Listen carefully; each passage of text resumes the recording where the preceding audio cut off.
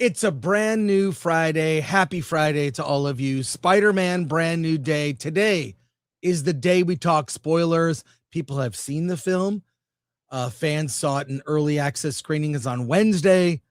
It opened yesterday. One of the biggest Thursdays ever, beating Avengers Endgame. Brand new day is on track to be the biggest movie of the year, breaking records. We'll talk about that, plus tons of news, spoiler talk, and Alan is here somewhere. Where is he? Alan!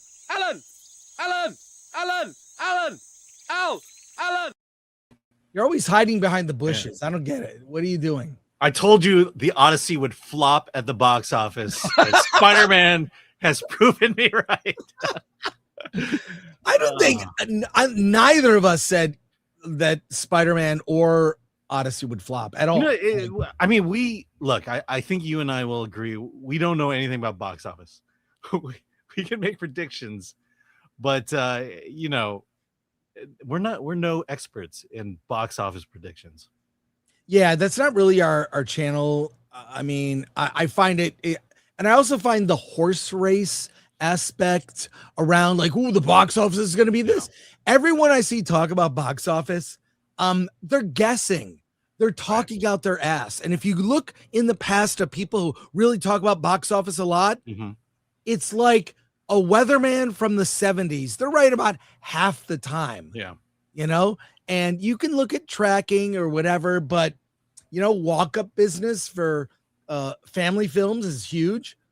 You have to take that into account. And you just sometimes don't know. But things are looking good based on trends, based on that, Thursday previews. What is it?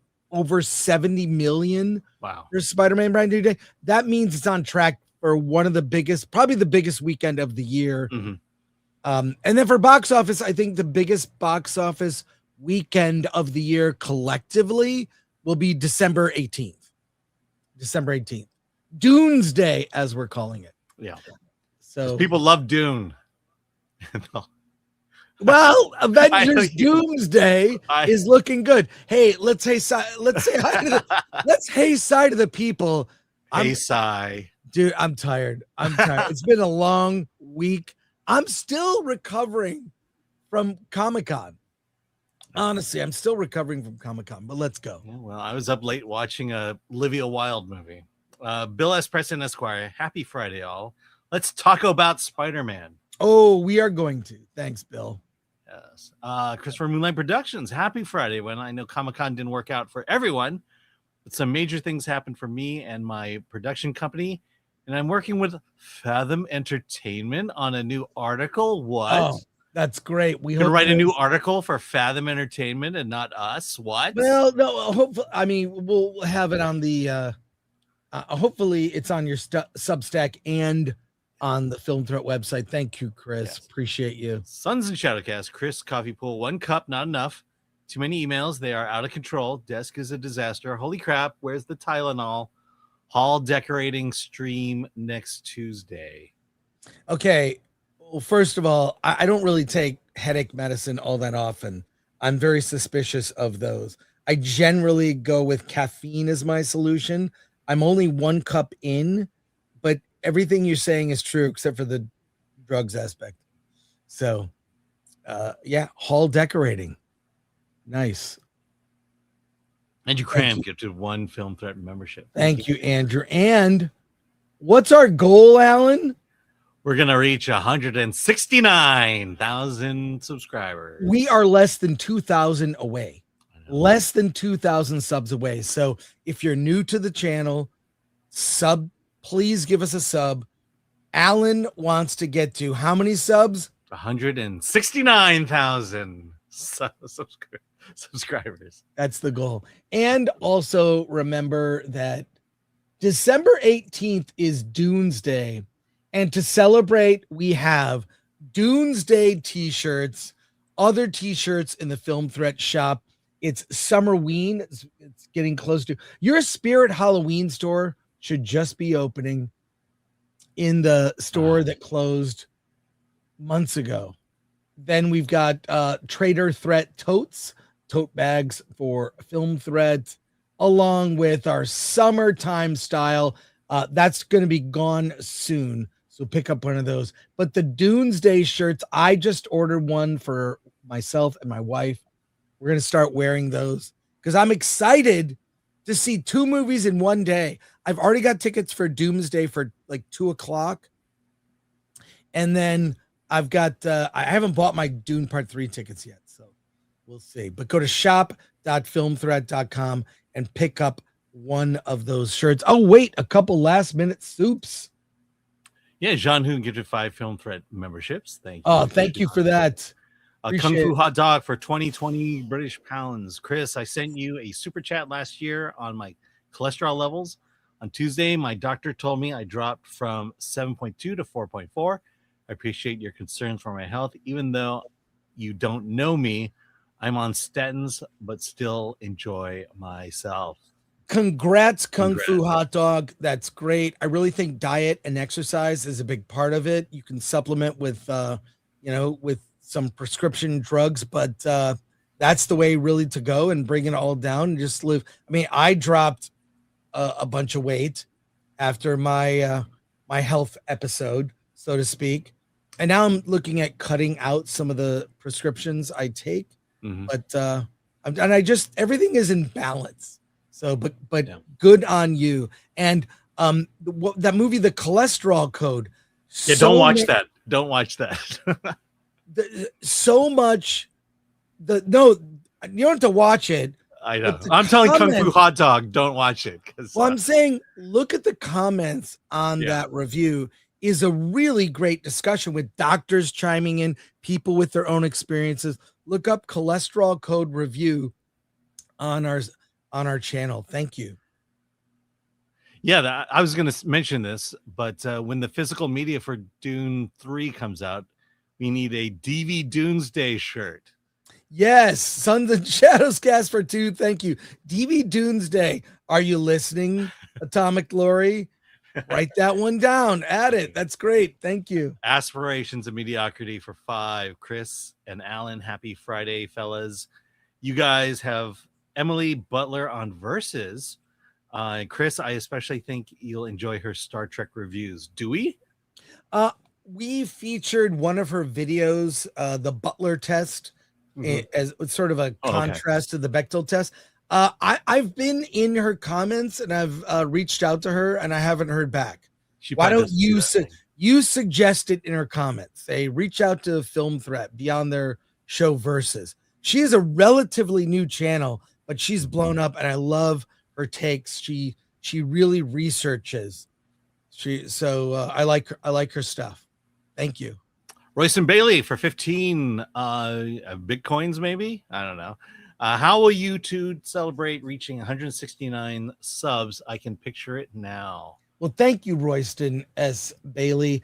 How will we celebrate, Alan? All I know is I'll be on top.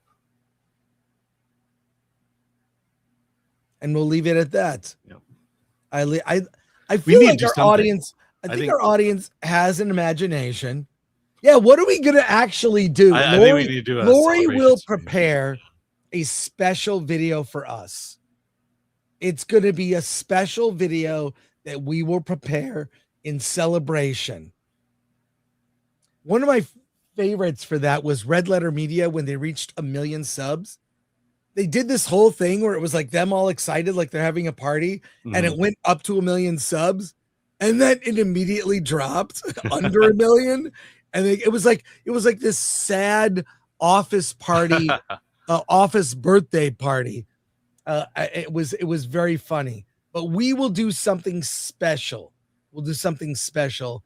I just don't know exactly what that is at the moment. But we've got a chunk of news. So we're going to get through news. Then we're doing a spoiler review of Spider-Man. You'll have brand new day. You'll have plenty of time. We will warn you. And I've got other Spider-Man stories. And at 10:30, so in about an hour and 50 minutes, we'll interview Pavan Moondi, the filmmaker behind a indie romantic comedy called Middle Life, which I guess is in theaters today. I'm going to ask him if he thought it was a good idea to open his movie on the same day as Spider-Man. Because there's bound to be some people who are not seeing Spider-Man this week. Well, we'll see. Hey, let's get Alan. I always forget to do this. Let's get to Film Threat News.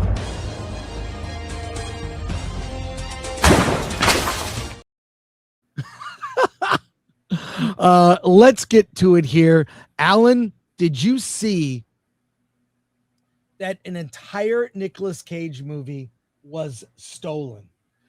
This is unbelievable. Netflix sued for $105 million after hard drive of Nicolas Cage movie was stolen from its office. That is crazy. Now I see this office every time I go into Hollywood. I usually exit at sunset off the 101 freeway. The Netflix office is right there. I've gone to few screenings there, and their offices are pretty amazing. It's like it's like the office lounge area is like a club. It's pretty nuts. The bathrooms are like my bathroom, meaning it has toothbrushes, mouthwash, tampons, everything. Exactly. Alan, what happened? What Give me happened? the details. Well, let me tell you, Netflix is facing a $105 million lawsuit after an unreleased film, Fortitude, was stolen from its LA offices. The lawsuit, filed by writer producer and his company, claims that Netflix mishandled an unencrypted master copy of the World War II spy thriller after it had been delivered for an internal screening. According to the complaint, the filmmakers personally delivered the drive to Netflix in June and instructed the company to delete the files after the screening before returning the drive. 10 days later, Netflix informed the filmmakers that the drive had been stolen during a theft involving several hard drives from its office. Netflix says its internal investigation found that the other stolen drives were empty and disputes responsibility, arguing that the filmmakers delivered a movie without industry standard security protections. The company also says it has taken additional steps to monitor privacy websites for any unauthorized release of the film. The lawsuit alleges Netflix failed to adequately investigate the theft and refused to disclose whether law enforcement had been involved. Netflix counters that it declined to share details of its investigation after receiving what it described as an attempt by the filmmakers to extract $165 million through legal demands. Filmmakers argue the theft was severely damaged. The theft has severely damaged the movie's commercial prospects. They say they must now disclose to any potential buyer that an unencrypted copy is missing, creating concerns about piracy, insurance, marketing, and possibility of the film leaking online before its official release. As a result, they have paused sales negotiations despite interest from multiple distributors.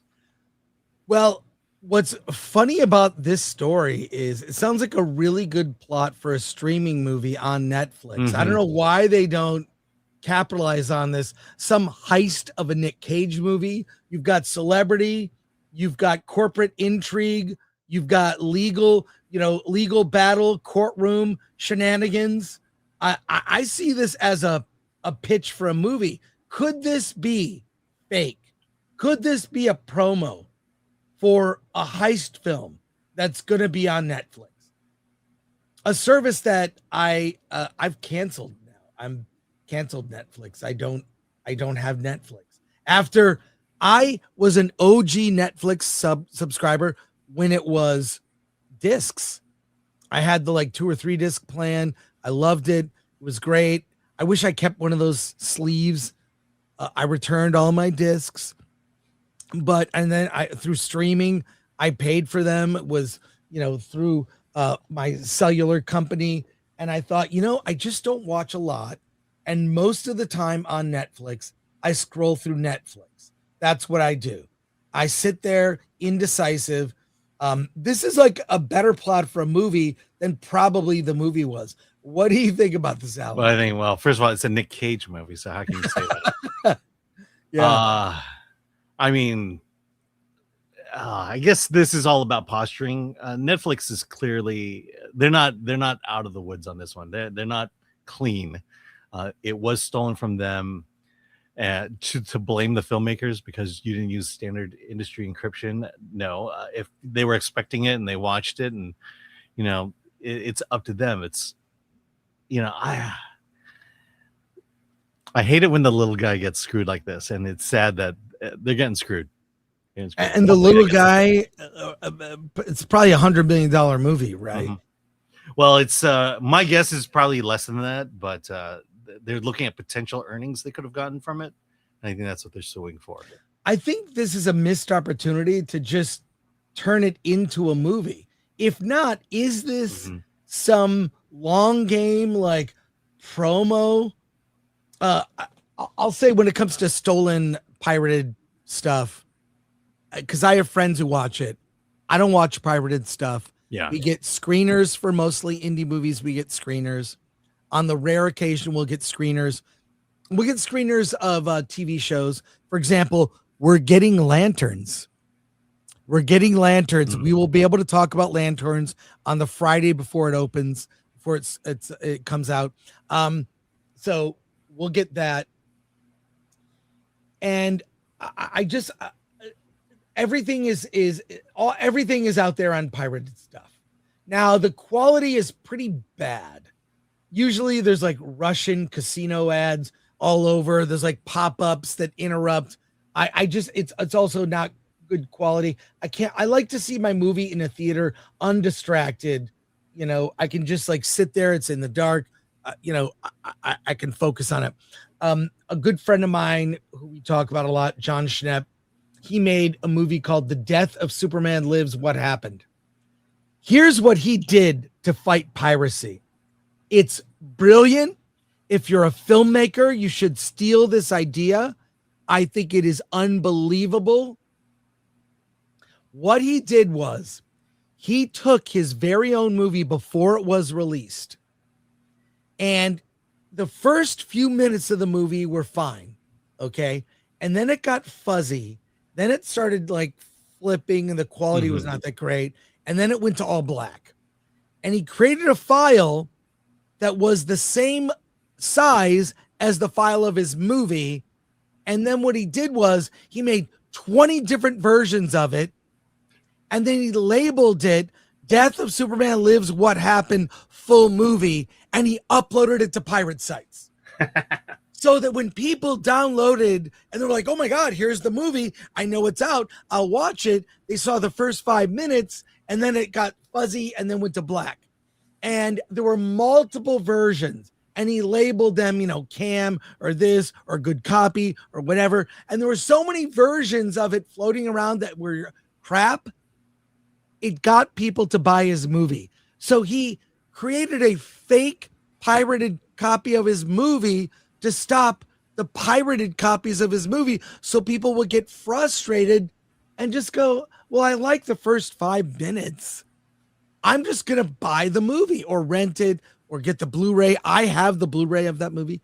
I think that's the way to go. I'm not a fan of piracy because I know filmmakers who put their blood, sweat, and tears in making their movies. And I just, in my gut, I just can't do it. I think it's unethical.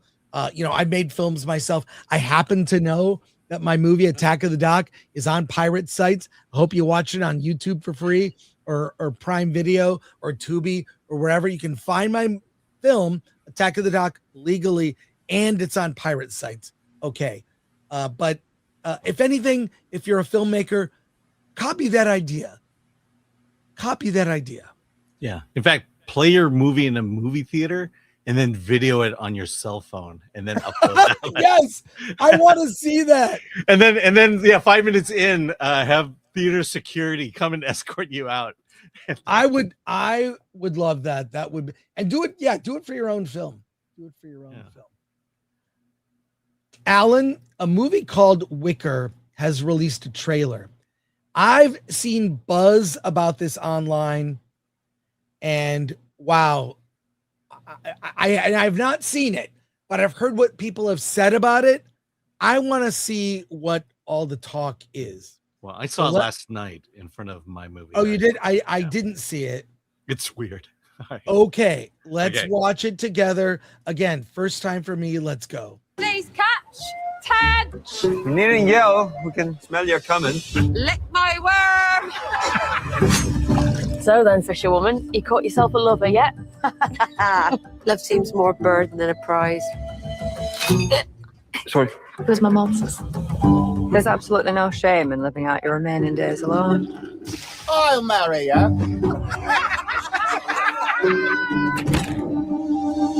Oh, I want you to make me a husband. be at the chapel in a month. Good. My gift is my craft. A man's work is greater than the man himself. Especially this. I am here to marry you.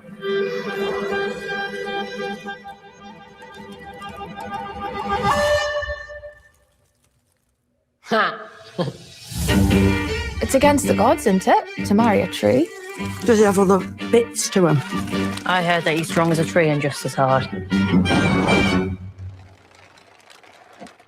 He's Wicker. You've got some sort of scheme going with the natural world here. Mother Nature provides, I merely augment. The bed is broken. I will fix it. You know, you've made quite an impression. The wives, they're all aflutter. I don't blame her. I'd climb that. Because I'm not sure that the fisherwoman and her companion is good for the village. You are the reason I live and breathe. It's not natural. Men are not like that. Fuck off. Fuck off. Yeah, fuck off. Is someone being murdered? This whole village has become thoroughly debauched. They're devils, all of them. You've been bit by a chicken. Let's dig in. Fuck my wife!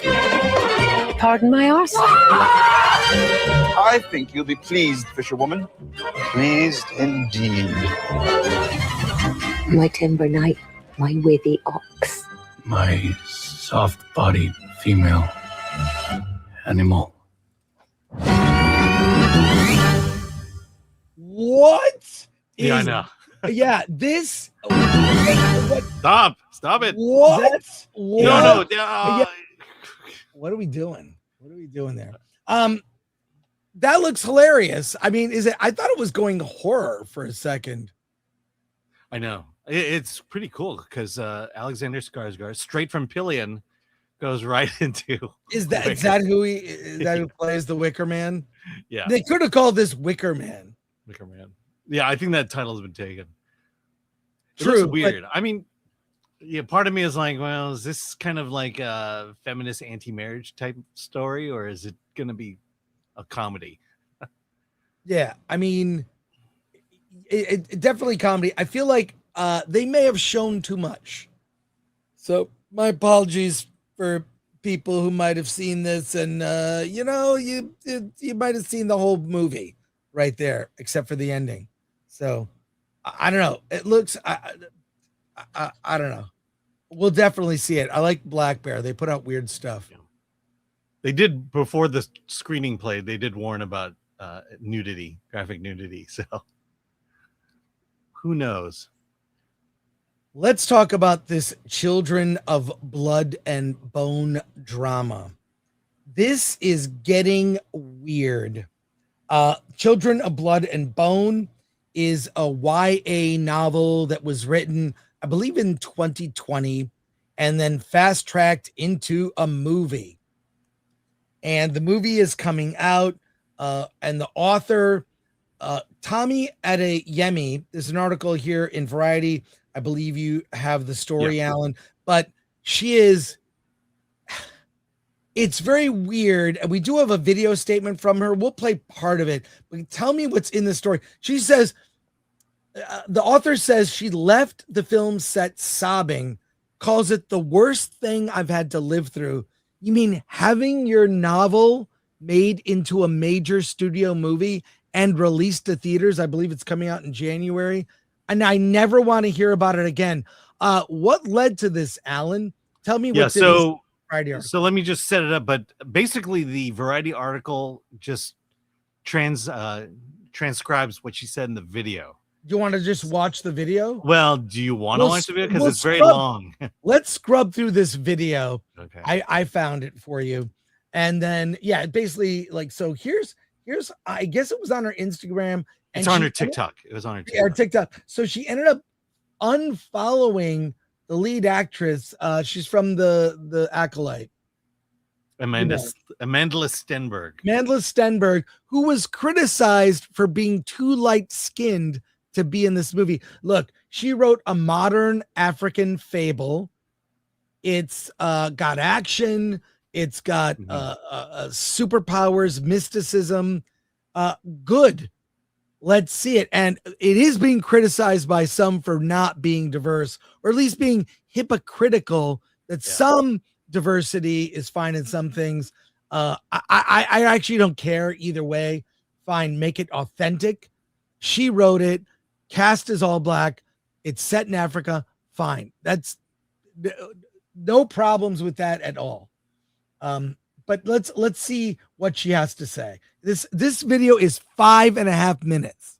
Yeah. I'm gonna post this, so ideally I won't have to talk about this anymore. And what I'm about to share is not a secret to the people involved. It's a reality that I've had to live with for about 1.5 years. And everyone involved, at least at the highest level, has been made aware of this reality. And they haven't done anything to make it better. If anything, they've only antagonized me. And I accept that. But I also accept if I don't say something,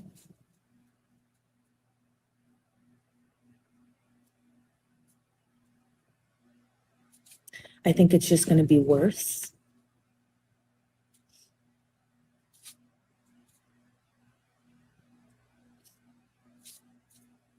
This is why it's 5 minutes long. Yeah, it's a lot of pauses here. Yeah. And she's you can see I'm not going to speak on what I endured to make it through the young adult trilogy. She is breathing heavy. It's hard for her to say. Yeah. And to be fair, I know countless writers who've had their work made into a film. And while they were grateful that they sold a script, their movie got made, almost 100% of every screenwriter I know who had their screenplay or novel made into a movie, 100% are unhappy. Yeah. Well, see, okay. Maybe I should read the rest of it because it's going to drag on, but I have a different take. I think there's something else going on that's beyond the adaptation. She was something happened to her, and I'll tell you from watching this entire video, she never says what happens to her. Right. Let's play a little more, and then you can wrap it up. Okay. And I'm not going to speak about everything that I also suffered through or endured to make the adaptation a reality. I think this is a step in the right direction to make authentic, stories. And the whole, it's just that it's being, look, people are joking like, why isn't it diverse? It doesn't matter for this story. The thing is, I think here's we what I'll have say. it wrong. I think we have the story wrong. That's all I'm saying. Okay. Let me just say, here's what I think. She wrote a young adult novel, Children of Blood and Bone, or a trilogy. It's set in Africa, a fictional story. All the characters are black, and in the movie adaptation, they're all black. Good. Let me tell you why. Authenticity is more important than diversity, and that should apply to all storytelling, not just this story, but maybe other stories like the Odyssey, maybe. Who knows? Like what's that? Ancient Greek classics, maybe. Ancient Greek classics. Authenticity trumps diversity. So I support this movie. Alan, what does she have to say? Okay, and you have a different take. Let me read it. Yeah, I have a different take on this. What is she? She says, What I'm about to share is not a secret to the people involved. It is a reality that I have had to live with for a year and a half. And everyone involved, even at the highest levels, have been made aware of the reality. They haven't done anything to make it better. If anything, they've only antagonized me, and I accept that. But I also accept if I don't say anything, I think it's going to get worse. I'm going to speak on what I endured to make it through the young adult trilogy. I'm not going to speak about everything I have suffered through or endured to make the adaptation a reality. I'm actually going to speak about what happened after I left the set of my own film adaptation, hyperventilating and sobbing. There are many witnesses that so that it's not really a secret. I came back to America and suffered severe somatic pain, so many panic attacks. I knew it was so bad that I would never be able to watch this film and made peace with that. Let me tell you. Let me give you my theory. Okay. Okay. Look, I don't think the issue is the way they adapted her books.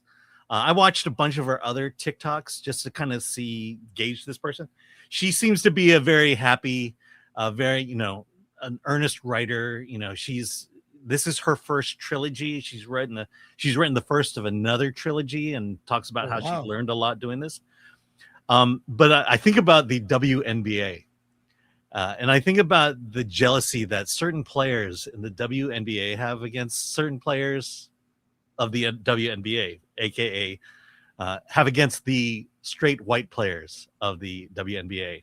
And I mention this because what I believe or what I feel like happened here, based on what she said and based on what we know of the people involved, I think she was bullied on set.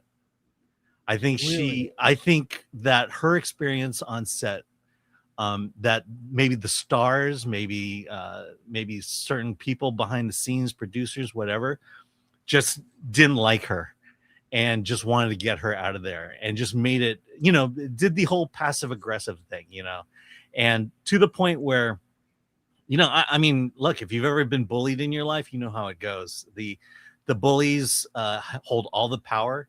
They make you feel like nothing. And they intentionally make your experience miserable. So rather than collaborating with the author of the trilogy, they decided that they were going to go after her, and that it got so that it got to a point where the conflict got seeped out onto the set, and people saw the conflict happen. And that's what she's referring to. I'm not just making this up. People saw it. And then also she brings it up to the producers, who, of course, because she's the writer and the producers have to work with the stars and the directors, the producers did nothing because they don't want to disrupt the production. So they're using her as the scapegoat and just said, fine, you're gone. And so that's what I think happened. I don't think it has anything to do with the act, because she's credited as a writer of the adaptation. Of the screenplay. Of the screenplay, yes. So, okay, I would believe that, because do you know how common it is for screenwriters to be on the sets of movies? It's not common. It's not. It's not. In fact, the last person you want on your set as a director is the writer, because they can get in the way. The writer is the first draft of the story. And then the movie you make on set is the second draft of the story. Mm-hmm. And the movie that's made in the edit room is the third draft of the story. So the writer is far removed from that final product. And right. I do, but we're talking about this. We're talking about the second draft. This is what happened on set, not what happened in editing. It's what happened on set. I'll end with this. I believe that Amanda Stenberg probably said some things and slighted the writer. And why do I believe that? Look what happened with The Acolyte. And when she was getting critiqued, she made this diss track against fans who critiqued the show. If she was willing to do that to fans of the show when she has an opportunity to be the lead, a dual lead as twins, what would she even say to the writer? So I believe she was bullied. And I, for one, am looking forward to this movie. We'll see it. It's, again, authenticity trumps diversity. But I think what happened to her is sad. I don't know if there's any way to fix it. I don't No, think well, there's I mean, any way to fix it. from what I can surmise is that this movie could possibly be a faithful adaptation of her book, but it was the experience she had on set that caused her to feel this way. Also let's bring up Ironheart. We've heard stories about the actress who plays the lead role, and the reason why Sacha Baron Cohen did very little promotion for it, because apparently they didn't get along either. There's something about this, the level of entitlement that young actors have these days, where it's like, no, you listen to me, this is my voice, this is, yeah, you wrote this, but this is mine now. So it becomes a issue of ownership now. The actors own this now versus the idea of collaborating. We need to work together to make this a great movie. And apparently there was no collaboration going on set. Let's go rapid fire on these next few stories. Quick ones here. Kelsey Grammer admits it's exhausting when movies try to alter history. This is from Page 6, which I didn't realize has 9,000 ads on it. But Alan, you've got the notes for the story. Yeah. Give it to me. Well, Kelsey Grammer criticized Hollywood's approach to adapting classic stories, arguing that studios often alter history and literary works to fit modern perspectives instead of respecting the original material. Appearing on the Katie Miller podcast, Grammer said some modern entertainment becomes a little exhausting when he feels overly driven by contemporary messaging. Discussing historical adaptations, he argued that historical significance should be respected a little bit culturally, adding that I think old England is probably full of white people. When asked if Hollywood would eventually change course, Grammer suggested the box office will force studios to reconsider. Hollywood isn't very good about telling people what they have to see because then they flop, he added. I think eventually flopping doesn't work so well. Although Grammer said he had not seen The Odyssey, he expressed hope that the film had not been changed so dramatically that audiences lose sight of the original story. I'm glad they made The Odyssey. I don't know if they pitched it too far into some particular culture to divorce you from the idea of what actually happened.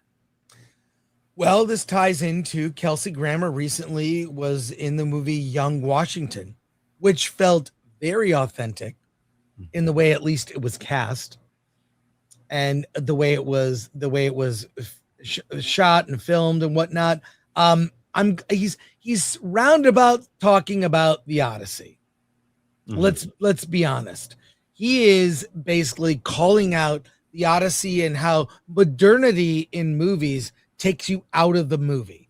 I mean, it does for me. That's why every time I've seen Bridgerton kind of come up, I'm like, this is just a fake. I mean, make it an alt history or whatever, but it just doesn't feel authentic to that, that Jane Austen style romance. What are your thoughts on what Kelsey had to say? Yeah, I mean, we've been saying it.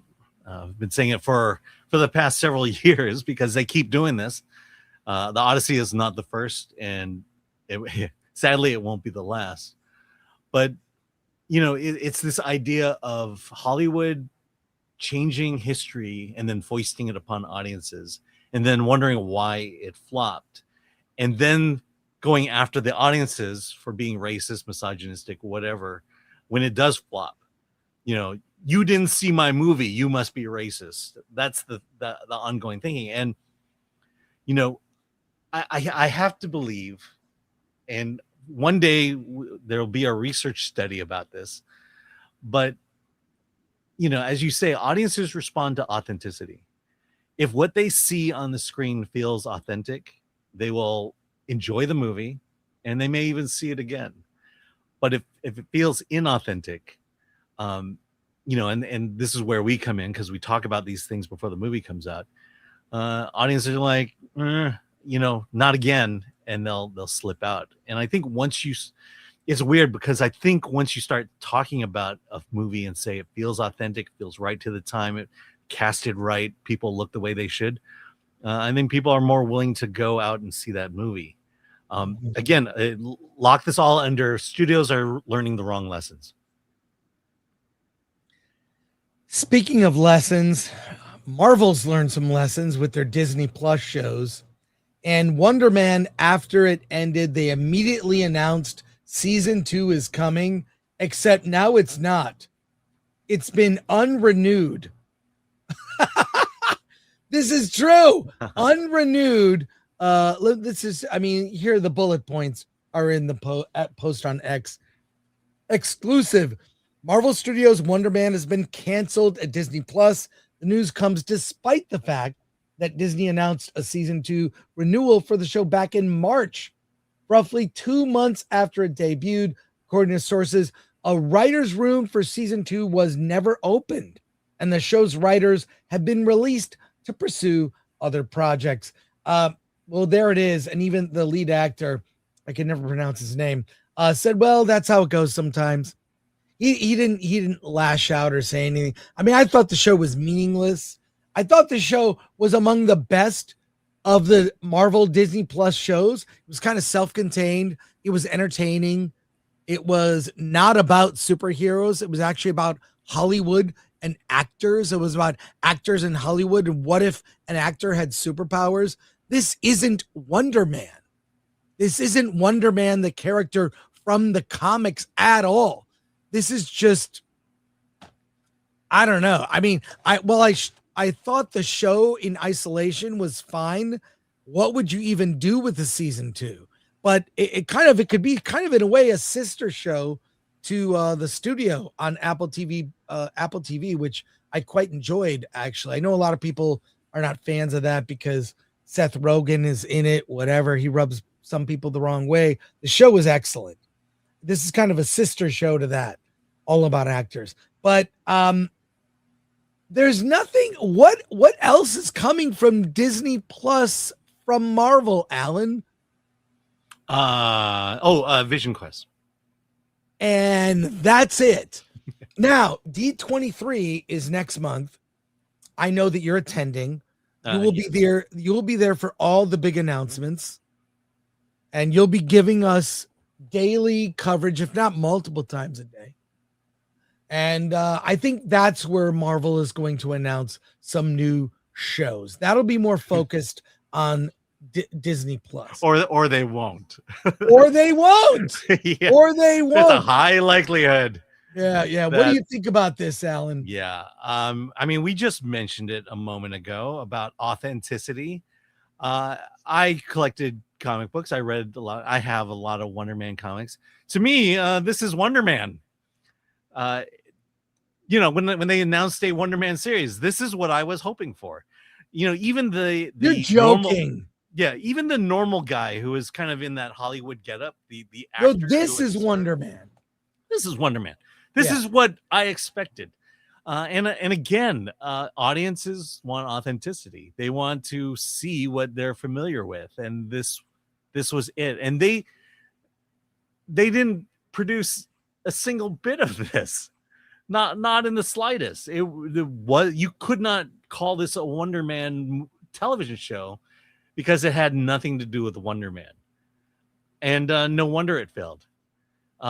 Look, let's just say that they had just said, okay, let's take Simon Williams, we'll make him black. At least that would have been enjoyable a lot more than what we got, because what we got wasn't what we were expecting. It was a bait and switch. And he's Wonder Man, but no, he's an actor who's trying to get a job, and he might have superpowers. Look, this is where, you've got to series, television shows, and movies succeed on connecting with audiences. And the problem is that, yes, maybe the story was good, but it wasn't a story that audiences could relate to, not at least the ones where you want to get millions of people to watch it. It was a story for Hollywood actors, and unfortunately, that's a dying breed. So, look, if I were to give advice to Disney, how about actually make a Wonder Man TV show? A real Wonder Man TV show? How about read some of the comic books, take one of those storylines, and then put that on Disney Plus? Well, when you put a modern skin on these old comics, I understand what's the point? Make up something different. Do something. Well, they didn't new. even do that. They didn't even put a modern skin on it. It was a completely different story. Yeah. Yeah, I mean, what issue of Wonder Man was that story based on? Issue 0. Issue we never wrote that issue. Exactly. We've got a lot of Spider-Man related stories here to talk about. Let's start with this one. Marvel, Star Wars, and DC fans discuss why their favorite franchises are struggling. This is from Variety. Let's take a look at this story. Alan, I believe you have notes. At San Diego Comic-Con, Variety asked fans why Marvel, DC, and Star Wars have lost some of their cultural dominance and what each franchise needs to do to win audiences back. While the opinions varied, most agreed the major franchises are at a crossroads. Disney generated mixed reactions following the success of Superman and the disappointing performance of Supergirl. One outspoken fan criticized the new direction, saying, "I think the new Supergirl sucks. They're trying to be like Marvel. They need to really just be their own thing." Other fans are far more supportive of James Gunn leadership, praising Gunn. Every movie is going to be a reflection of the character and the writer and the director that is working on it. The same fan blamed Supergirl's failure on reported studio meddling, arguing the focus groups shouldn't dictate creative decisions. General audiences don't know what they want. If it underperforms, at least it is still left intact. At least it was the vision. Many Star Wars fans said that franchises have been diluted by its heavy focus on D+ series. It feels like they're trying to push things out into streaming services rather than actually make something grand and adventurous. Even dedicated Star Wars fans hadn't seen The Mandalorian and Grogu, suggesting streaming may have changed audience habits. The Marvel remained the biggest attraction to Comic-Con with Avengers Doomsday in the future. I'm excited to see X-Men and Avengers come together. Others were more skeptical. It's 25 men and 5 women, and they're just a lot of powerhouses like She-Hulk that are totally left out.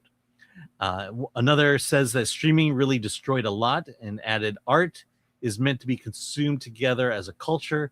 Too many streaming platforms, too many series all at once. Well, Alan, what's funny is Spider-Man Brand New Day opens this weekend, and it will make more money in its first 10 days than Marvel made last year releasing 3 movies. That's gonna happen, okay, with the trajectory this thing is on. Already over 70 million in previews, which is insane. So they're struggling because they're focused on side characters that we don't care about. A Captain America that isn't Steve Rogers. Audiences don't want that. They need to look what worked in the comics and what didn't work in the comics. And just because it happened in the comics, just because Captain America put that costume aside to become Nomad in the comics, doesn't mean you need to do that in the movie. The comics is a place where you work out not only good ideas, but bad ideas. And when you've got the movies, you can cherry pick the good ideas and ignore the bad. I feel like with Christopher Nolan's Dark Knight trilogy, he really cherry picked the best ideas.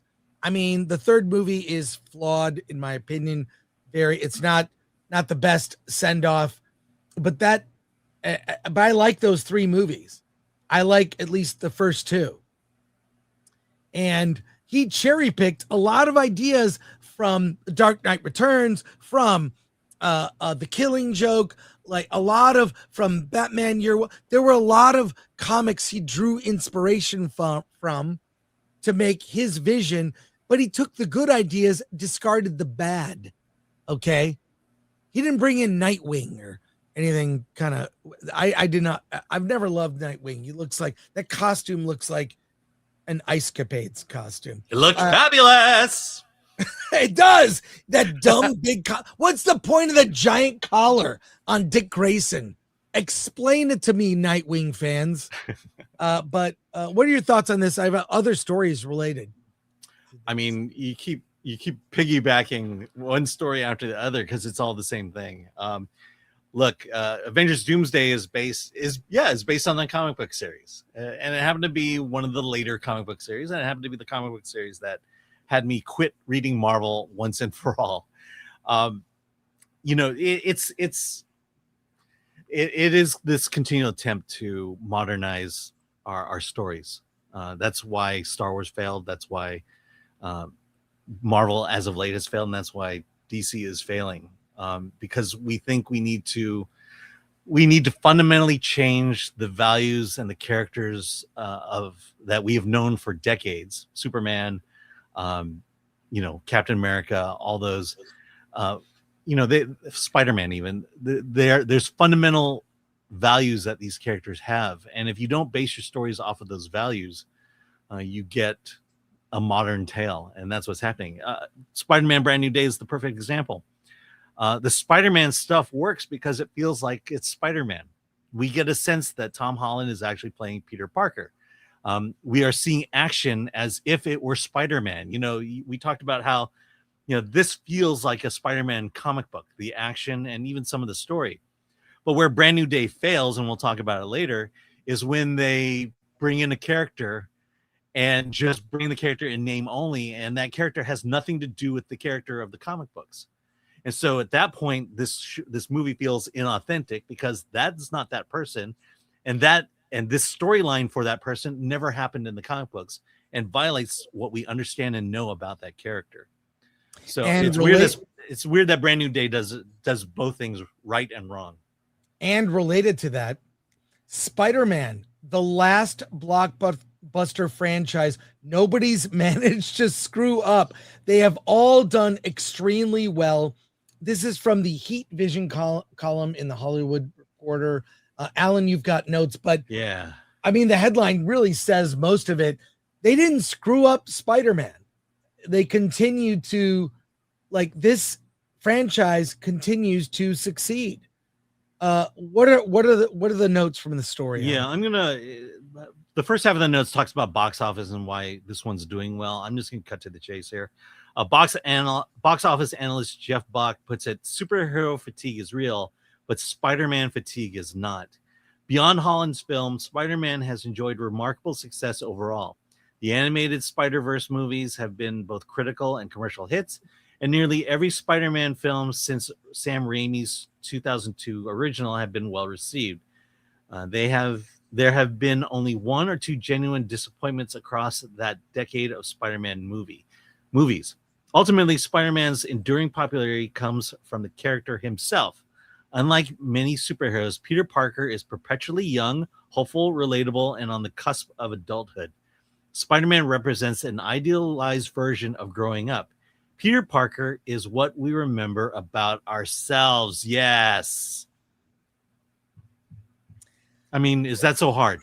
Yeah, I mean, look, I didn't like the Andrew Garfield Spider-Man movies. I think it was the vision was ill-conceived. I don't like he was kind of a too cool of a Peter Parker.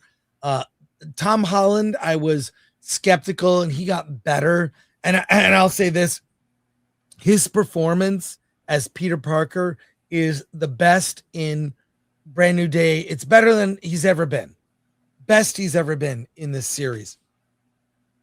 But they haven't screwed it up. Not only that, they keep introducing new villains that we finally get to see on screen, which is great.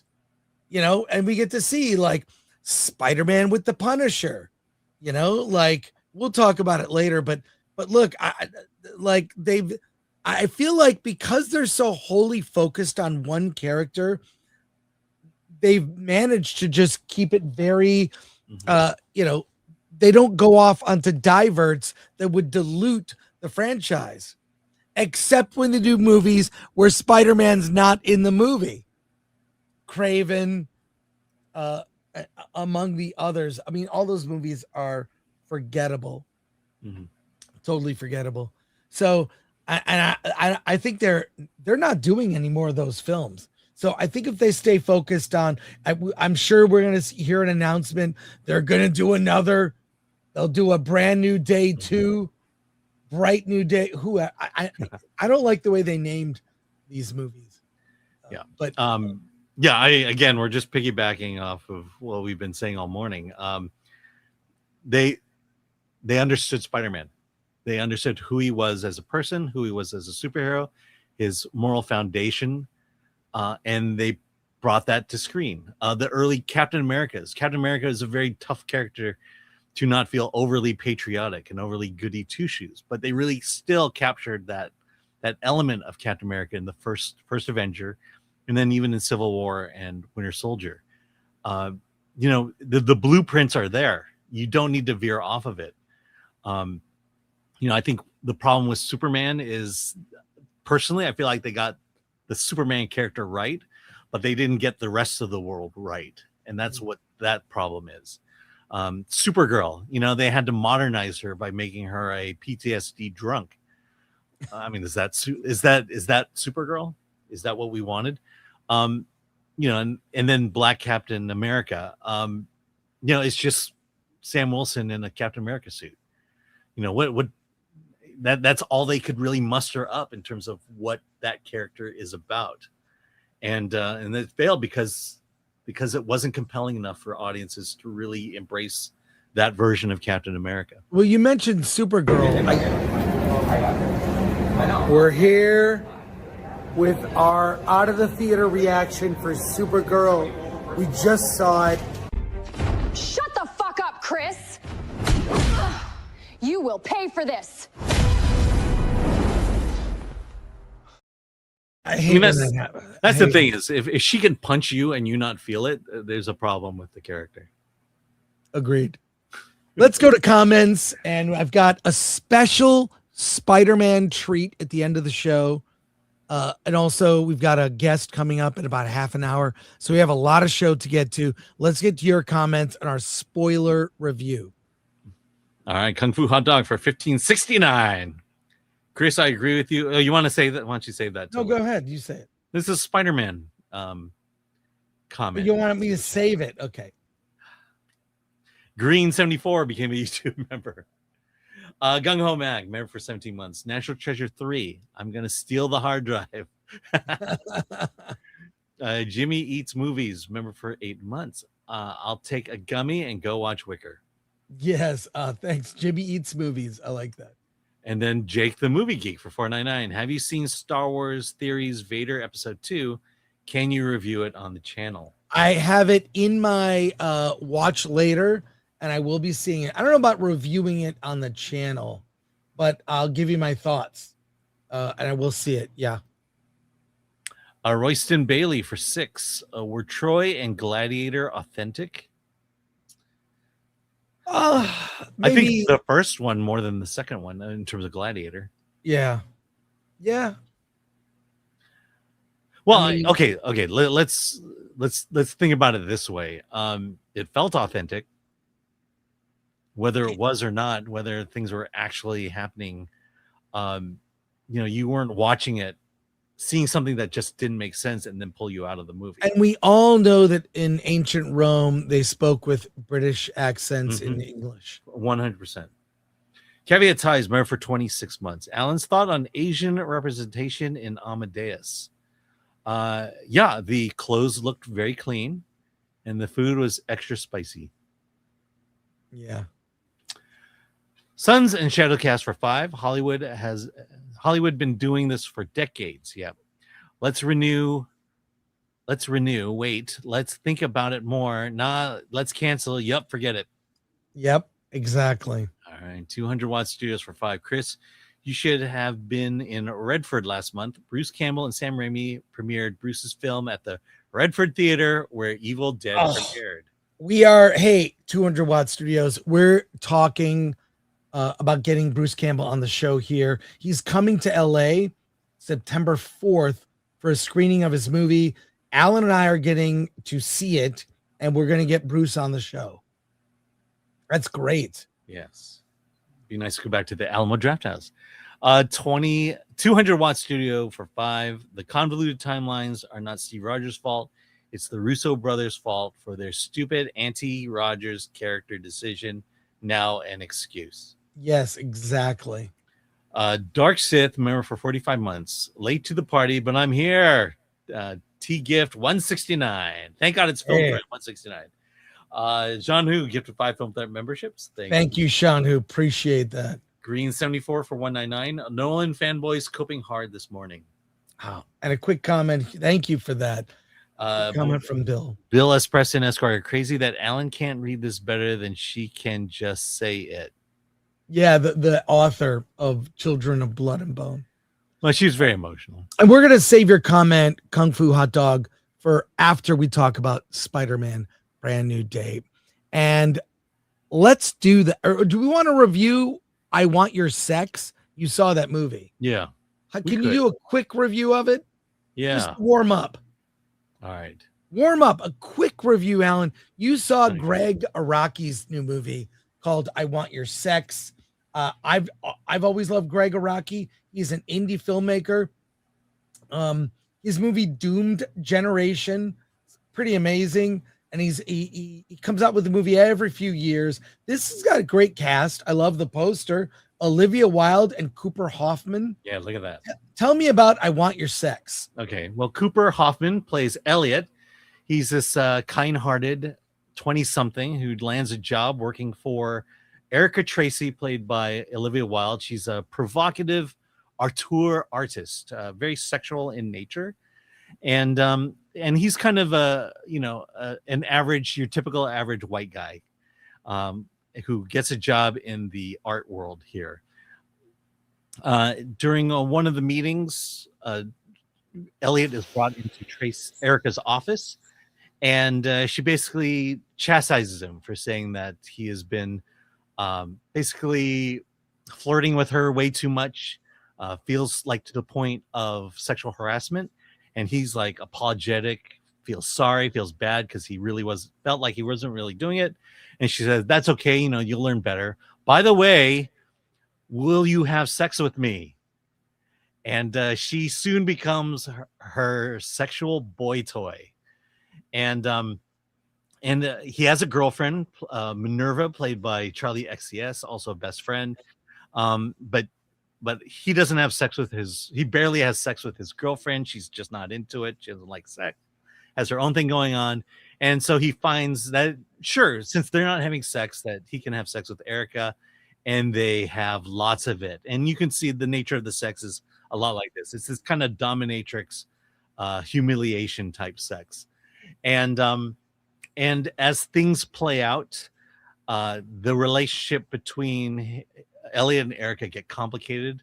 At one point, they bring in Elliot's best friend to kind of join in a threesome. And yeah, I mean, quite frankly, that's the plot of this movie. There's a bit of conflict, but this movie, oh my God. Look, the upside of this movie is if you like Olivia Wilde's boobs, you're going to see a lot of her boobs and a lot of it in this movie. Greg Araki, I hadn't heard of Greg Araki. People said, hey, this is a Greg Araki movie. This is a really bad movie.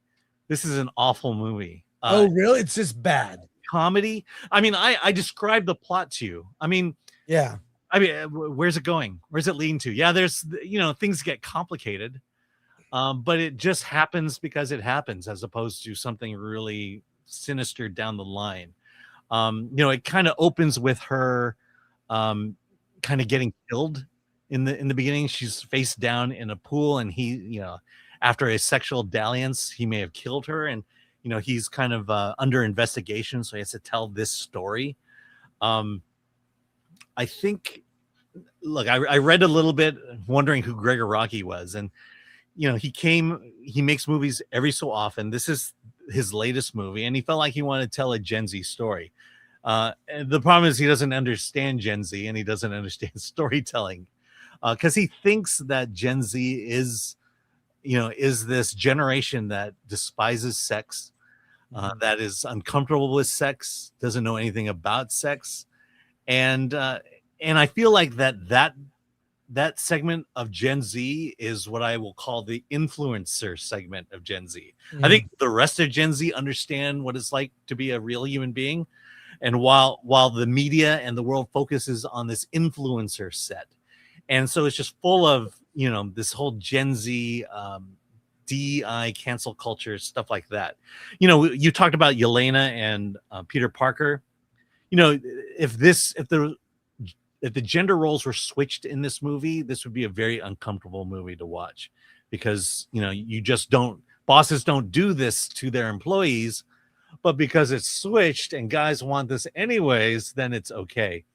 The biggest crime though in this movie, and I saw it with a half full audience, is no one laughed. And this is really, and it's supposed to be a comedy. It's supposed to be a comedy, but this is indicative. I've mentioned this ad nauseum. This is indicative of Gen Z and millennial comedy. Comedy to Gen Z and millennials, comedy is basically present a weird idea. Hey, this is weird. Yeah, funny. You get it?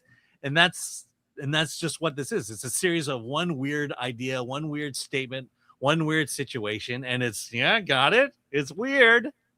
And while our generation, Gen X, we have a different take on comedy. We have what is called a setup, an idea that connects with audiences. Say, yeah, I've been in that situation before. And then it's the twist on that, followed by a punchline. And that punchline, they call it a punchline because it makes you laugh. So it's a setup, a twist, and a punch. That's what we call as comedies. We laugh. We laugh out loud. When we're in a group, we laugh with the group. It becomes this really fun communal experience. And I believe modern or young filmmakers these days don't understand that. And that's why, go to She-Hulk, and it's the exact same problem in this comedy. Funny situation, right? Laugh. I hear you, Alan. Well, it may not have been a great movie, but it really is a great poster. Look at that poster. And again, let's go to comments. We got Alan, we got to move on. All right, we got to move on. When I'm doing that, I'm trying to get you to like. I'm just talking about Olivia Wilde's boobs. That's all.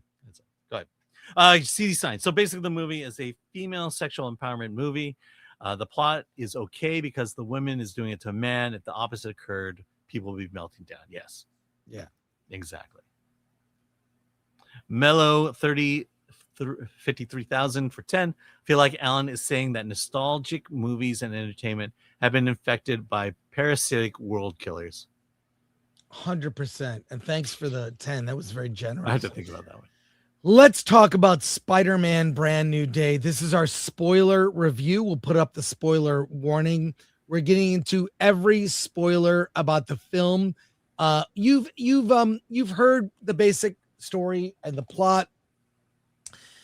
Spider-Man has now become your friendly neighborhood Spider-Man, working with the NYPD and along with Yelena of the Avengers. He works on the small potatoes stuff. Okay, small potatoes. Yelena with the Avengers works on big potatoes. He's also working with the head of damage control. Let's get into the big spoiler territory stuff, starting with, yes, Jean Grey is in the movie and the problem it creates. The problem it creates is we've already seen 2 Jean Greys in the Marvel universe. I guess they're from different universes now. The X-Men are in a different universe completely, but now we have mutants, although she's not called that in this movie. Mm-hmm. Jean Grey is really the main villain in a mystery that is spread throughout the film that ends up becoming a completely, it's almost like another movie, or what they call in Hollywood the second third act. This movie needs a second third act, like a surprise.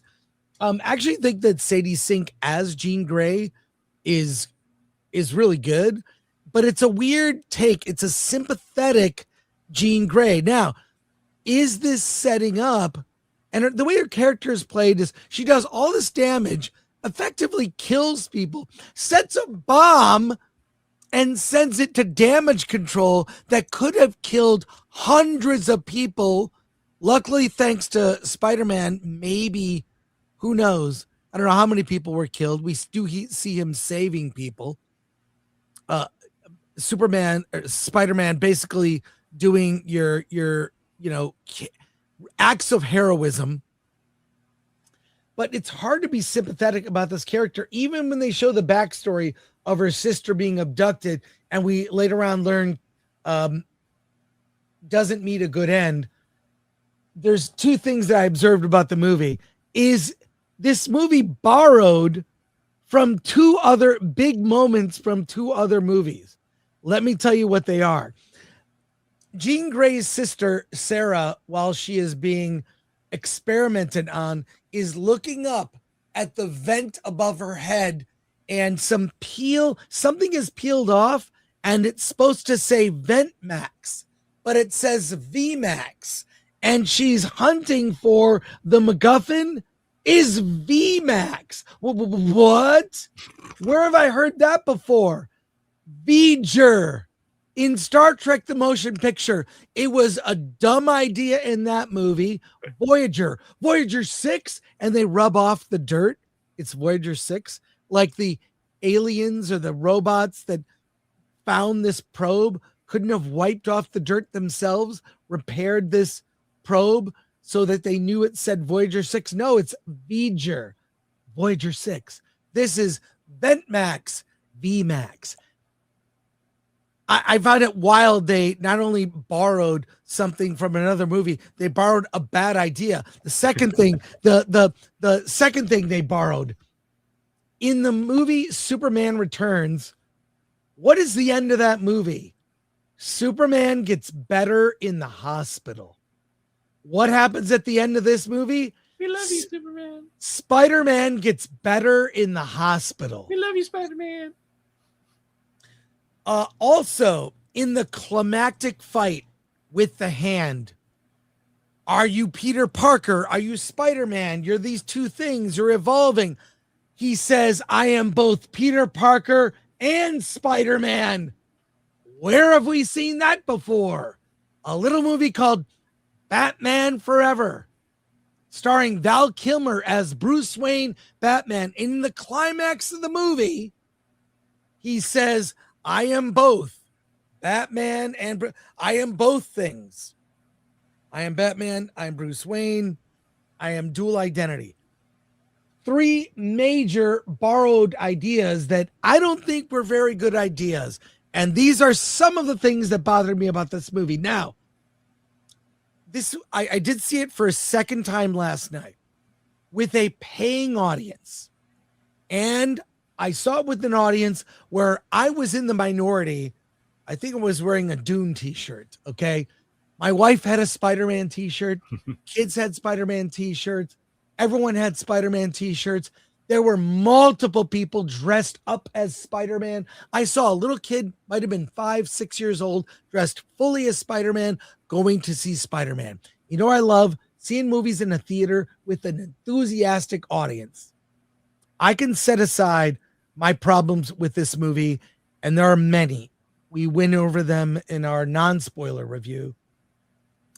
And I'll just say, I'm glad movies are back. This movie all of it may not have worked for me, but I really enjoyed it a second time. I still saw all the flaws. You don't need Yelena. The second, third act shouldn't have happened. You could have woven that in better. It's too long. At 2 hours and 25 minutes, should have been a tight 2 hours. The NYPD cop bothered me less on second viewing, but still, she needs maybe 1 or 2 quick scenes, not as much screen time. But I love that people are loving this movie.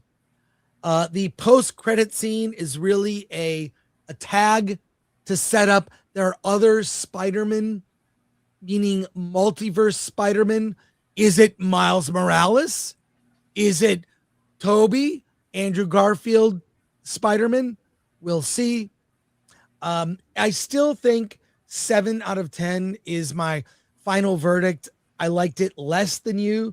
That's not a bad rating, but it's not a perfect. I feel like No Way Home was an 8.5 for me as a movie. So I liked it better. I think this is the best Tom Holland has ever been in the series. And the two things that worked, I'll end on this. Amazing Spider-Man action like we've never seen put to film, inspired by games and comics. Unbelievable. Puts you in the space of what it's like to be swinging a web through New York City. Amazing. And the interplay between Ned, MJ, and Peter Parker is bar none great.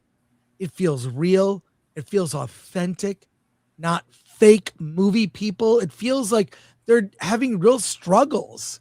And I would watch a movie with those three characters, like an indie movie with no Spider-Man, no superpowers, no fantasy, no sci-fi element, just those three characters. That's how good I felt the three of them were together.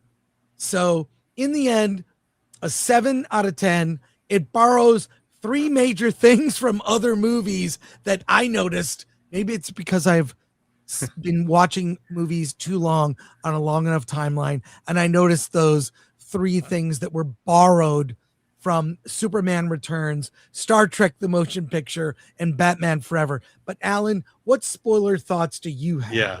Well, first of all, I can guarantee you that 90% of the audience of this movie had not seen Star Trek the Motion Picture or the Val Kilmer Batman movie. Okay. So right. Okay. Fair. Yeah. I mean, only you can make those connections. Look, I'll say two things about it. One is, this is a Gen Z movie, and that's okay. You know, Toy Story 5 was a kids movie, and I enjoyed Toy Story 5. This is a Gen Z movie, and I enjoyed this movie. And I like it because I think the earlier Spider-Mans, the Tom Holland ones, felt like, oh, this guy's actually in high school. And that, when, early on in Spider-Man, it was the story of this high schooler who gets powers, and they really played on that. And I thought those were good ideas. He's a young adult now. And the storyline of him, isolating himself from the world, from no longer being able to have a connection with MJ and Ned. I mean, look, back in my psychology days, this was the stages of psychosocial development, and this is the intimacy versus isolation aspect of it. It's these stages that we all go through that define who we become, depending on which side wins out. Does isolation win out, or does intimacy win out? And to me, okay, that's a very solid foundation for a story that that people can connect with, and that just makes sense, and why I think this is, I think the first movie was such a strong movie. Let me go to the Jean Grey thing, and why I gave this movie a 7 when it really could have easily been a 9. And it has to do with Jean Grey. They wasted her. Jean Grey is a great character. Jean Grey is not a side character in the Marvel Universe. She is beloved. When I started reading X-Men, they killed her a year into me starting to read it. But even then, I understood who she was and why she was so important to this world, and to the 616. And then the stories. Look, I started with the Hellfire Club with X-Men. The idea that Mastermind mind raped her, and that's what really turned her into the Dark Phoenix, which ultimately led to her becoming OP and destroying a planet, which led to her death. That was a compelling story. It was a comic book. This was my introduction to comic books, because to me, comic books at that point was Archie comics, very goody two-shoe stuff, and this is like really dark stuff, which is why I think I got into the X-Men right away. And I say all this to say that what we got in Jean Grey has nothing to do with Jean Grey. I look at that character. She says her name is Jean Grey, but I don't see the Jean Grey I grew up with. I didn't see the character I understand. I don't see any story of Jean Grey that was presented here that says Jean Grey. And again, they wasted Jean Grey. Well, Hold on. Let me just make one final comment, then I'll let you. They might as well have called her Rachel Summers because that's a much lesser known character. I don't know I barely know her story or what impact she has. So if they had just said, my name's Rachel Summers, and then had gone through that, I would have been totally fine with it. Go ahead. All right. Now, let me just say, okay, so Jean, I also have a problem with Jean Grey because Jean Grey is a hero in the comics that has an unfortunate end to her character. But what they may be setting up is that Jean Grey, like post Doomsday, post Secret Wars, the universes will combine into, there's going to be no more multiverse stuff after those two movies, right? When that's done, they may bring Sadie Sink back, and what happens to her? They're going to recast the X-Men. There'll be a new Professor X who comes to the Academy. Jean Grey is wearing the classic gold and blue outfits of the early X-Men, and a new early X-Men may evolve, and she'll be part of that original team of Angel, Iceman, Beast, and Cyclops. You know, I mean, no one ever calls her this. They always call her Jean Grey, but she was Marvel Girl. Marvel Girl, yeah. You remember Marvel Girl? So are they setting that up? Maybe they're setting that up. So we shall see. Yeah, we shall but see. Let me address that. The problem is they've already delivered you broken Jean Grey. Jean Grey doesn't get broke until issues before her death. You know, or no, okay, no. When she becomes Phoenix, when she goes, hold on, let me just finish this. She hasn't met Professor X but the thing is, when universe. hold on. When she joins the X-Men, the classic X-Men in the blue and the gold, she is not this broken person. She is a person with mutant powers that can't control it, but she is not this, this tortured soul who was experimented on by the government. I would have wanted them to build up to that, as opposed to present that as, hey, here's your first interaction with Jean Grey in the MCU. Well, I feel like what they're doing is they're setting up, she will have a redemption arc upon joining the new X-Men that will be recast with a new Professor X and Magneto and all of that. So I feel like that's coming, but we're going to see that in like 3-4 years. So there we are. Let's get into your soup comments and questions. Pavan is in our digital green room. Hey, I see you. We're going to get to your interview shortly. By the way, I'm reading the chat here. When I say that she was not unstable and broken, I'm talking about the early 60s, where I'm contrasting the early 60s versus the mid 80s. Those are two very different characters in terms of brokenness and.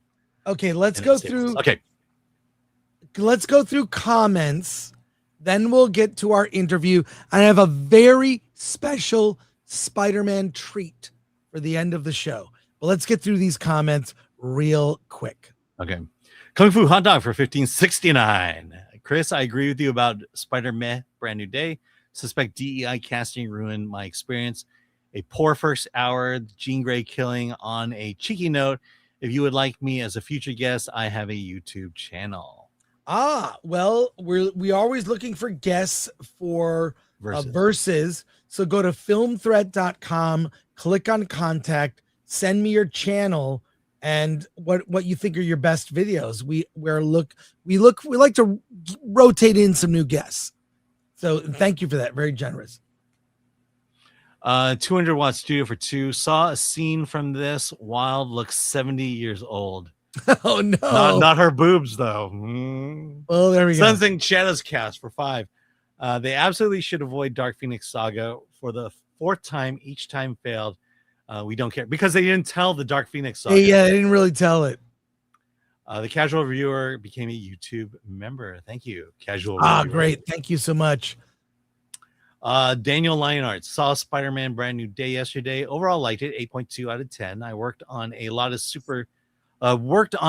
of hero shots of Spidey, Tom Holland in No Way Home. 9.8 out of 10, which is still more thrilling Spidey, but both are enjoyable.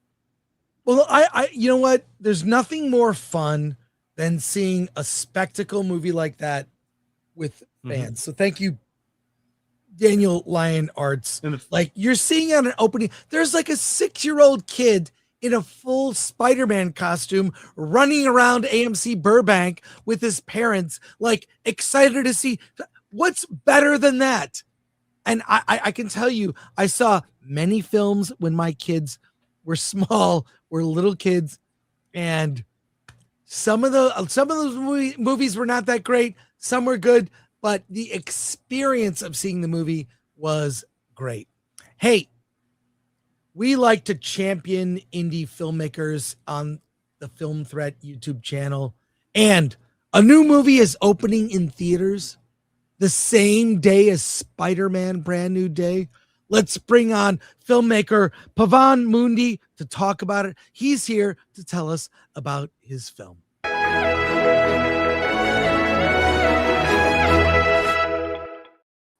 Hey, Pavan. Hey, boys. Thanks for having me on. How badly did I butcher your name? It's Pavan. Pavan. Yeah, come on. What? I'm sorry. Oh my God. I'm so sorry, Pavan. Well, thank you for being here today. Your movie is Middle Life. It's a very unusual romantic comedy. And it's in theaters today. Yeah, we had a couple like preview screenings in LA the last couple days, but it's like officially out today. That's great. Tell us about Middle Life.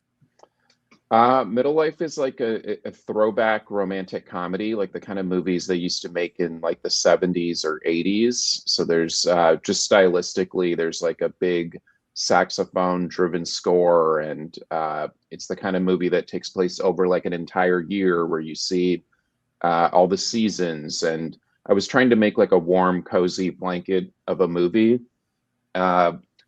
And the basic premise is it's about a woman who saves this guy from a car accident, and then she runs into him again like 3 months later and realizes that since the accident, he's been sort of living his life trying to take advantage of living like it's his last day, like really trying to have fun every day. And she sort of gets swept up in both the good and the bad of living that way. And so they have a lot of fun, but also see the flip side of it. So that's the movie. I love the inspiration because I miss those movies. They don't make that kind of light romantic comedy. They just don't make as many. That was a staple. Almost any month you could go to the theater and there was one. They weren't all great, but there was one there. It was all really about the combo of the actors. It was all driven by the star status. So, but it saddens me that that's not just a kind of movie that's always in theaters. What inspired this? Did you get in a car accident? I did get into a car accident like over 20 years ago, like a really long time ago. I had flipped my car and was lucky to escape like without any real injury. And I kind of forgot about it, and I keep like a document of movie ideas that are just like 1-sentence ideas that I'll just like write in chicken scratch writing and just add to. And I've had the same document going for like 15 years. And I knew like a year and a half ago that I was ready to make another movie, and I was sort of going through the document and seeing if that would spark anything. And I remember seeing the basic like 2-sentence premise for this movie. And it was basically somebody who's in a car accident comes out of it with a new way of living, but the movie isn't about that person. It's about somebody who comes in contact with that person and how it upends their life. And so I had that, and I knew I wanted to make a movie on the cheap because like I live in LA. I've been trying to make a bigger budget movie for a while, and there kept being all these industry things that were happening, whether it was like COVID shutting down a lot of production and development stuff, or there was like a couple strikes within the union that slowed down a lot of development things. And I realized that I had lost control. Like I had started as an indie filmmaker making movies for like $15,000. And the best part of making those movies is that you got to be in charge and nobody was telling you when you were going to shoot or not. It was like you didn't need to ask for permission kind of situation. And I decided I needed to go back to that and had kind of gotten away from it. And so we made this money for like an obscenely small amount of money. and the goal was to make it feel big. So I was trying to emulate like those movies that we're referencing or talking about from the 80s and 90s. They cost like $20 million at least. And so I wanted to write a $20 million film and shoot it for $70,000. And that's basically what we did. How in your mind do you think, okay, I say this a lot about indie filmmakers, and you bring it up, but the idea of making it look bigger than it is. What are some things that you did to say, okay, we'll do this to make it look like it's $1 million movie? Yeah. Well, the conventional wisdom when you make an indie movie for like less than $100,000 is that it should take place probably in one location. And so there's a lot of movies that are shot in like a cabin or something. Like we've all seen them. There's like a bunch of them every year, but they start to feel kind of the same. And so I tried to do the opposite. And so there's like over 30 locations. It's shot in 2 different cities. It's shot in Toronto and LA. The opening scene of the movie, we flipped over a car and threw it in the street for $600.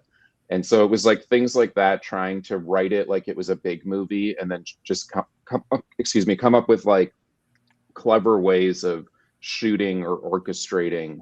Like we shoot on the Hollywood Walk of Fame, which if you were a big movie, that would cost you a lot of money to shoot on the Hollywood Walk of Fame. So we just kind of did it guerrilla style and pretended we were shooting a TikTok, and we're able to shoot all these scenes, going into stores and shooting scenes, going behind the counter. Things like that are just like impossible to do when you have a big budget, unless you have a big budget. Well, you and George Lucas have something in common. He had a car accident that nearly ended his life. Oh, really? When was that? He was in high school, and he missed it. He should have died. He should have died. He recovered in the hospital, and it changed his outlook on life. Go and research that thing that happened to him, because he was the characters in American Graffiti. He was aimless, race cars, didn't care about school, blah blah blah. And the car accident that where he nearly died, it changed the trajectory of his life. Let's watch the trailer for your movie. Then I have questions from our audience. Let's take a look at the trailer for Middle Life. I mean, they're using AI now to detect diseases way sooner than any doctor possibly could. Are you talking to me or are you on the phone? Why would I be on the phone? I don't know, you got your earbud. Oh, I'm listening to a podcast. For wedding planner and new mom Andy, life was a struggle. On a normal year, I'd be juggling between 6 to 8 weddings right now. So far, I have 2. I thought going back to work, getting Theo in daycare would help her chill out. You just keep saying I'm having a midlife crisis. You're way too young for that. If anything, it's like quarter life. You think I'm going to live to be 140? Until one unexpected roadside rescue. The guy from the accident? Yeah. Why does he want to meet with you? Cheers. Cheers. My hero. Showed her that life could be different. House party, right there. Oh, that's fun. We should go in. What? This is fun, right? Yeah, fun party. Very romantic. It's not romantic. That's my whole point. Well, you see him way more than you see any of your other friends. Oh, please. And that the last thing she was looking for. You know, sometimes when you're not around, I try to picture what you're doing at that exact moment. Oh, yeah? Sometimes it's like something mundane. Usually it's some kind of epic adventure. It's crazy! It's good for you! It's good for you! I'm trying to make an effort to make each day like a really good one. Just in small ways. Hopefully, they add up. Life could be great. Might be exactly what she needs.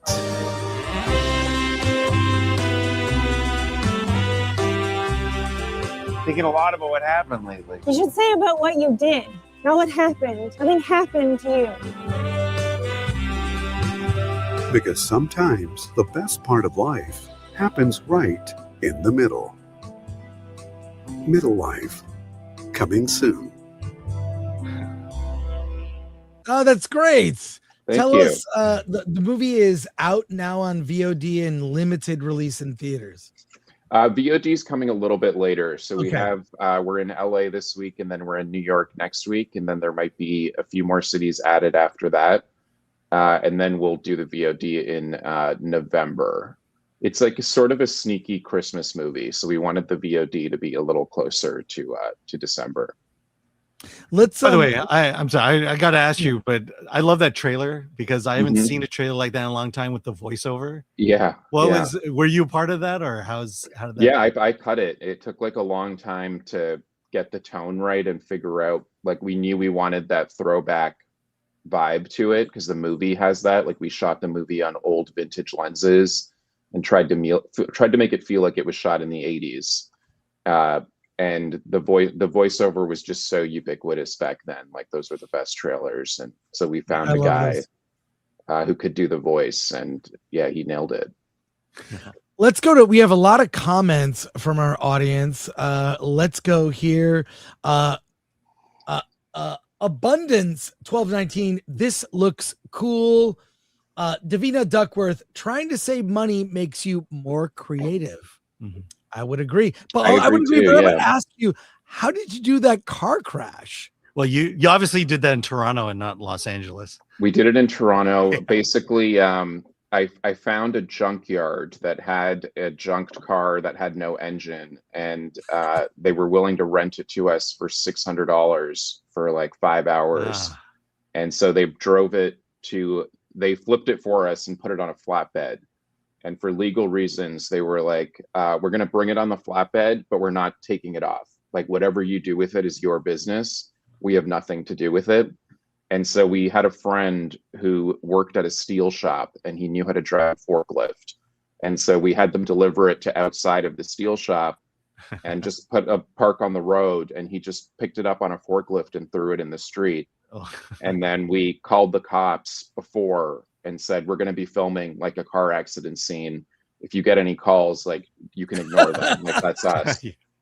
But that was it. There was no like permits. We didn't shut down the street. People were driving by and freaking out because it looked like there was like, the crew was so small and we were shooting on long lenses from down the street, but it just looked like a real accident. Yeah, why are these TikTokers filming this? Yeah, totally. Another question here. Sons and Shadows cast, Pavan should submit to award this. Just saying. Award this is our annual award show. It's in January, February. We award small indie movies like your film. You would qualify for romantic comedy or comedy. Yeah, that'd be great. The only qualification is this: one, it must be in commercial release. So be available to see. The second one is get a review on Film Threat. So okay, great. So Alan, you know what to do. Yeah, we'll get on that. Yeah, hopefully you can help us with that second. And unfortunately, there's no other movies playing this weekend. So there you go. Yeah. Aaron Howell sounds like The Muse, which did pretty good with its story. And a comment here from Matt Lempeak. Why do they always do these filmmaker interviews that people will never see their movies or hear these movies? Matt, can I tell you something? This is why we're doing it. So you'll hear about this movie, because a lot of YouTubers, they kind of only cover Marvel, Star Wars, Disney, Marvel, Star Wars, Disney. And then they talk, they do content about that stuff. I say to you this: if you only watch mainstream movies, the ones that come out from the big studios, you live a sad existence. And you need to diversify your media diet. You need to see small indie horror movies, indie romantic comedies, smaller indie movies, smaller movies like Nirvana, the band, the show, the movie, just got the Blu-ray. One of my favorite movies this year. The point is to diversify your media diet so you don't always see the same thing. Marvel, Star Wars, Disney, Marvel, Star Wars, Disney. Sad to me. It's sad. There's a whole world of other movies out there. We use our platform here to expose you to them. And the other reason is to inspire you, because you can do what Pavan did here and make a movie and be on this show and sell you. And you made other indie movies. Sorry to like take a divert, but I want our audience to train them to the mainstream movies isn't the only pathway. There are other things out there. What would you say to Matt here with You know, I would also add, like, who do you think directed the new Spider-Man movie? Like, Dustin directed Short Term 12. That's how he started. It's like, I think you're living in kind of a box if you're just waiting for Marvel to spoon feed you what you should be eating. Yeah. But I mean, it's fine. It doesn't Yeah, matter. Shame on you, Matt. Yeah, Shame No, on you. Matt, the point is we talk about the mainstream stuff because that gets people to tune into the channel. We've got thumbnails with Spider-Man and Star Wars, whatever, but we want to, and I did this when I was on TV at G4, I would sneak in a review of a Troma movie or sneak in a review of a Bill Zabub film. Do you know who that filmmaker is? Now you do. Look him up. He makes indie movies constantly. The point is that part of this is to let you know about these movies and the fact that you can be Pavan. I've done 3 or 4 pronunciations. I'll get it right. You gotta call me out. Pavan. Very close. Pavan, Alan, you got Pavan. You could be like Pavan here, talk to us. The point is to inspire others to make indie movies because there's no gateway for indie. You, if I could say, Pavan, you just decide to make these movies. That what, like $15,000 movie? You could put that on a credit card. Yeah, and totally. hopefully make it back. I mean, like, what would you say to other filmmakers out there considering making a film? I think, like, we hear a lot about, like, how the technology has advanced and made everything so much more accessible. And I think that is true because, like, the first film that I made was in 2012, and that did cost $15,000. And at that point, I didn't even know what I was doing. It was I didn't go to film school. I was like starting from scratch. And that movie was on Netflix for 4 years, and it made $200,000.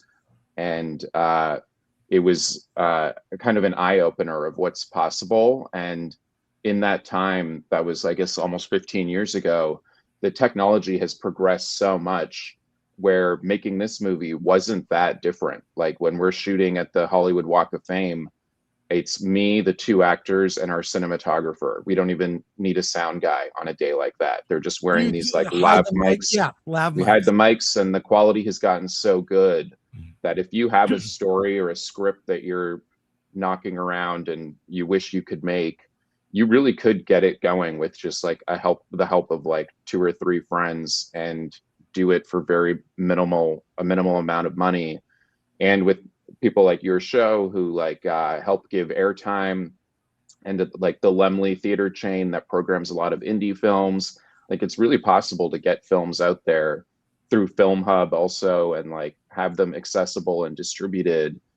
Yeah, so I hope it does inspire people of like our film costs $70,000, but we've been screening it and people don't know that and think that it costs like $2 million. Well, so you can do a lot of crazy things these days. Here's the website, middlelifefilm.com. Tickets in LA from July 29th through August 6th. You can click and get tickets. New York, it's here. It's at the Lemley. That's great. Go to middlelifefilm.com. NYC, August 7th through the 13th. And then coming soon to VOD where everyone can see it. Pavan, By the way, I just want to interject. Matt, Middle Life is not a reboot and it's not a sequel. When was the last time you saw something that wasn't a reboot? Yeah. True. Yeah.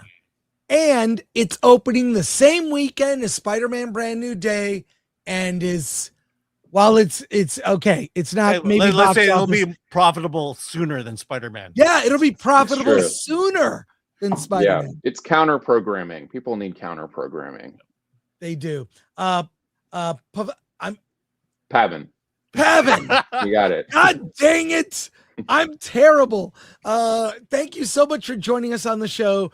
Alan will get to work on your review, and we hope to see you. You're in LA. We hope to see you at Award This. Award This is on February 6th, 2027. It is our annual awards event. It's the only award show where anyone can get a ticket. Cool. All you need is a review on Film Threat, and you need to be able to see the movie. There are about 22 categories, all by genre, and we do it at the Frida Cinema in Santa Ana. So Great. there you go. I didn't know if you knew that. No, I didn't. I'm glad it's on my radar. I'll check it out, and I'll grab a ticket to it, regardless of if we get the nod or not. It's like 200 indie filmmakers in a room, free drinks, good time. Oh, amazing. And you can watch the past events. This will be our 8th event of Award This. We announced the nominees. We announced the nominees in November, and then the event is for this time. It's February 6th, 2027. Pavan, thank you. Thanks, Pavan. Thanks. God dang it. Thank you for joining us on the show. I appreciate it. And you know, send us your next movie. Yeah, And we'll then- do. Absolutely. And then when you make a Marvel movie, never talk to us again, because that's pretty much what happens. I know who I won't be talking to. I won't be talking to Matt. Yeah, no talk to Matt. But I used to know James Gunn back in the day when he was doing Troma movies. Knew him for years. I helped get his then wife's movie into some festivals. Knew him for a while. Then he made a Marvel movie, and here we are. Nice. Like this, we're like this. Cool. We're just like this. And this is me, and this is him. He's like way over there. So I always say we're friends when they're on the way up, and that we'll be friends again when they're on the way down. exactly. Congrats It's on the inevitable. film Middle Life. We appreciate it. Have a great rest of your weekend. Thanks, guys. Have a good one. Bye. You too. Take care.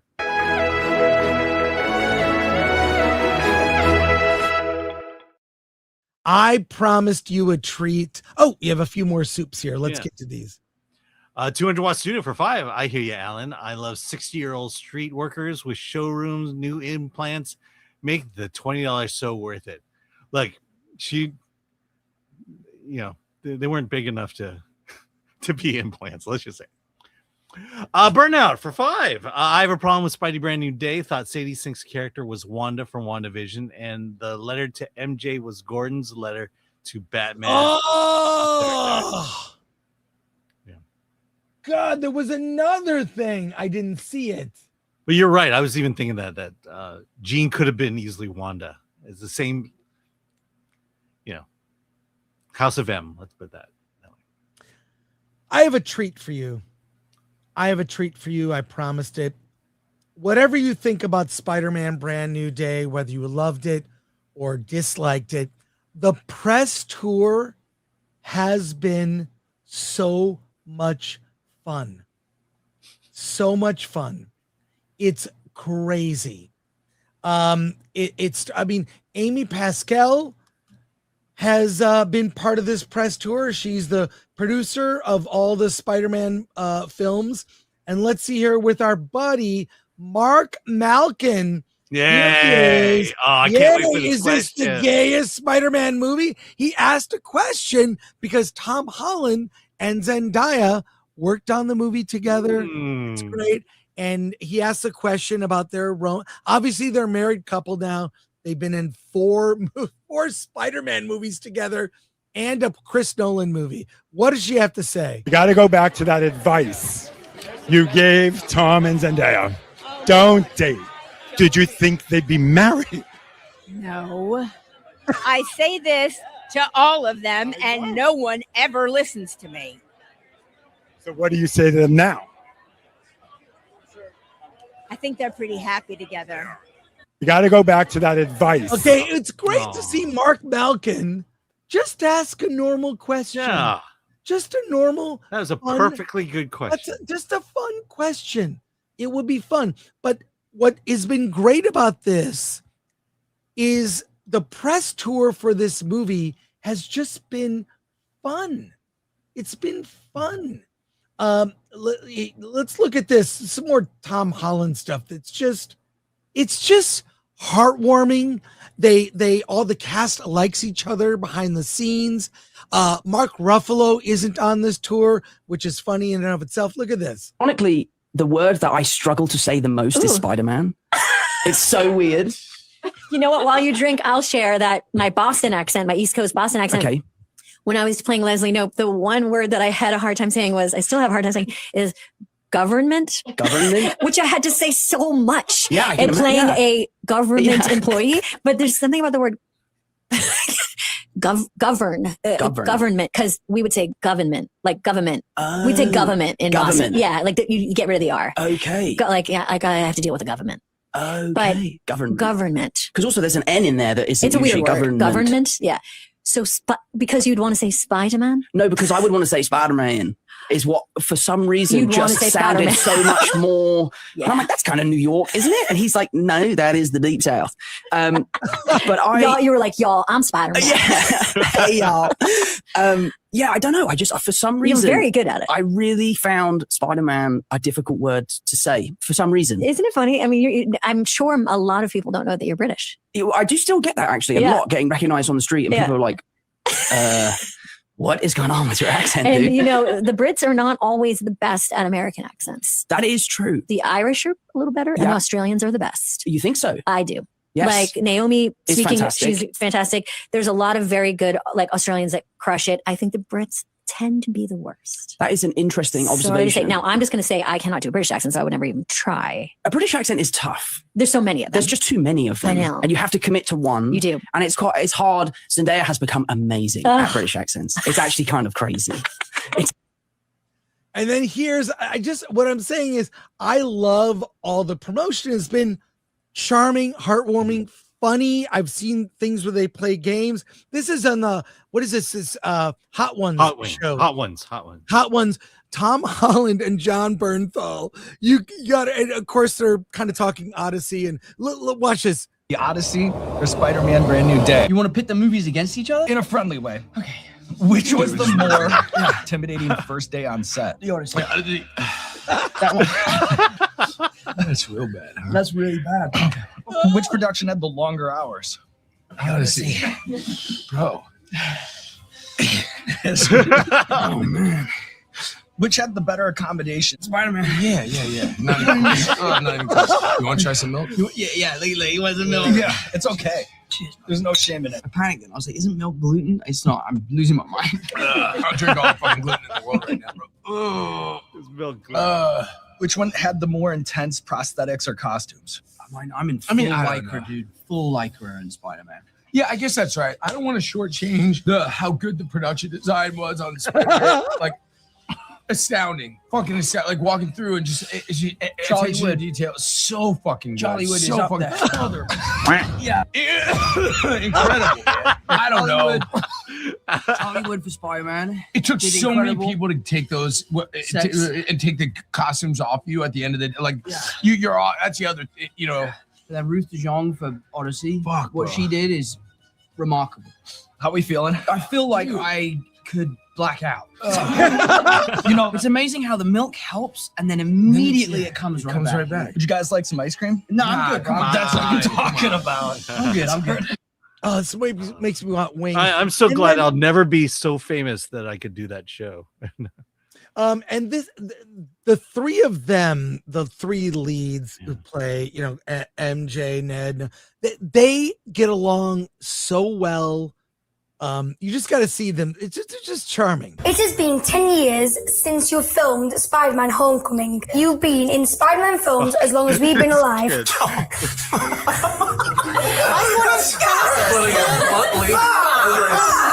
going to say old in a different language. That's crazy. It has been 10 years since kids interviewing them.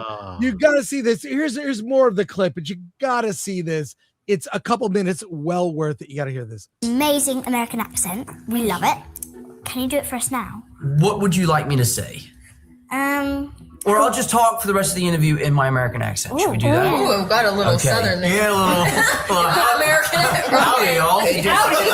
Howdy, partner. I need to warm up. It's been a while since I've done it. Okay, there we go. Here we go. Can you do an American accent for different places? I can. Well, you heard Where southern. would you like me to go in America? Oh, see there. The South. Let's get in Texas. Texas? I can do Texas. Okay, what about you, New York? New York is... Wow, I can't get rid of Texas. It's stuck there, yeah. That's funny. What about your California, bro? I can do your manager, Jesse. Oh, yeah, Jesse. Everything is like.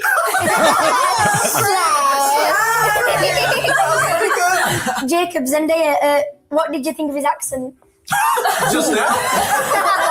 It was pretty good. That was good. You know, I'd say like hearing it for like the last 10 years. Can we hear your British accent? Or one of? A few of them. Yeah, of course. Top those. Go full Love Island, go on. Do the full thing. We talk like this. We have a chat. Thank you. That was good. And scene. Done. Jacob, can you do any other accents? Can you do a British accent? Do you know what? Actually. Wow. So I've been around a few muggers before. Do you know what I mean? So you've been around a few muggers before. I don't know what that word is. Yeah, I was gonna say, do you know what that means? Someone told me to mug off the other day. So probably a bad thing, right? Yeah. Yeah. I think you misheard them, Jacob. Yeah. Really bad word. Yeah. That out later. Welcome to England.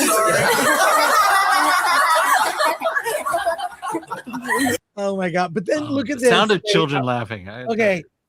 Just the fact that now I'm going to end with this. The evolution of Zendaya and Tom Holland. Here is in 2010, their kids. They, I don't know if they met before. Oh, I doubt it. Spider-Man, but they met on the set.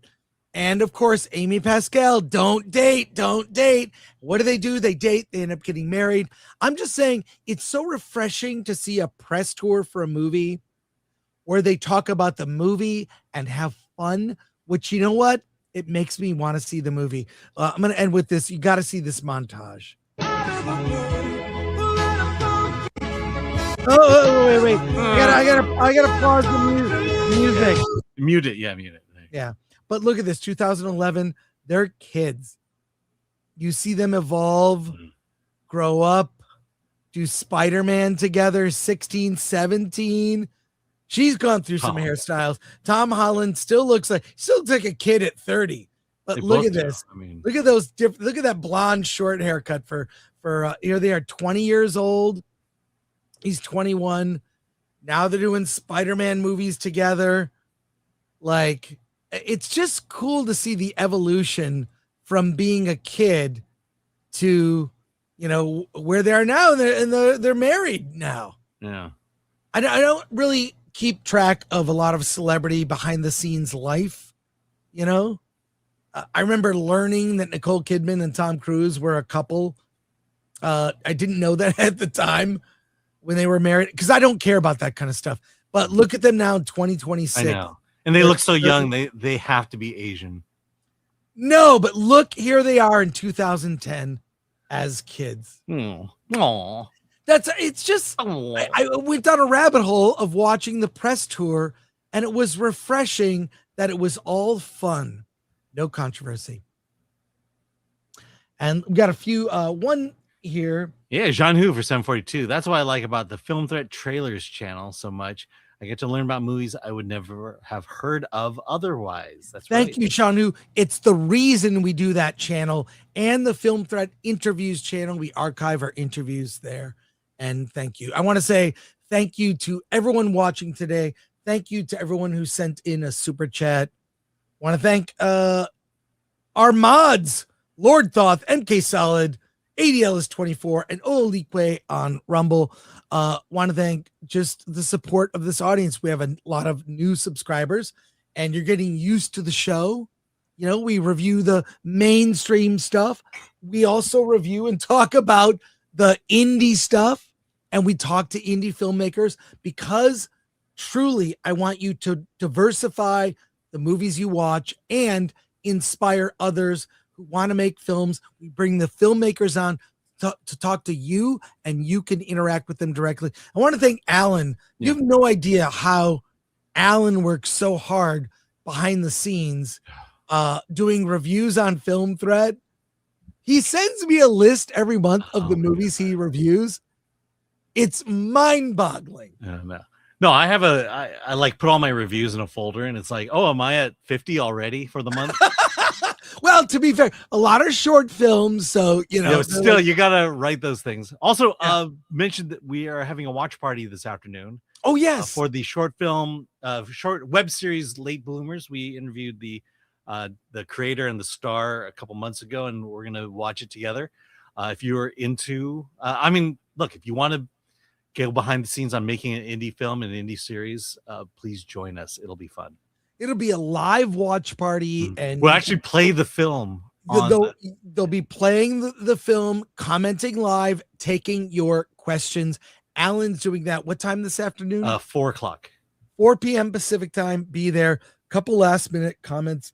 Yeah, graph Go ahead, Alan. for 2 in the name that is holy hashtag cancel Disney Plus. Thank you, GraphWeb. Appreciate you. Who also sent us 2 jewels, Silver Star. There we go. Thank you again for support of the channel. Click the bell for notifications. We're back Monday with a very big versus. We'll have our usuals there. It's going to be a brawl. It's going to be a brawl, folks, on Versus. Join us Monday, 1 p.m. Pacific time, 4 p.m. Eastern time, and whatever your time zone is. Alan, I see Molly in the background. Yes. You know what that? I see your dog Molly in the background. She's going to poop. You know what that means? She's going to poop. Let's get out of here.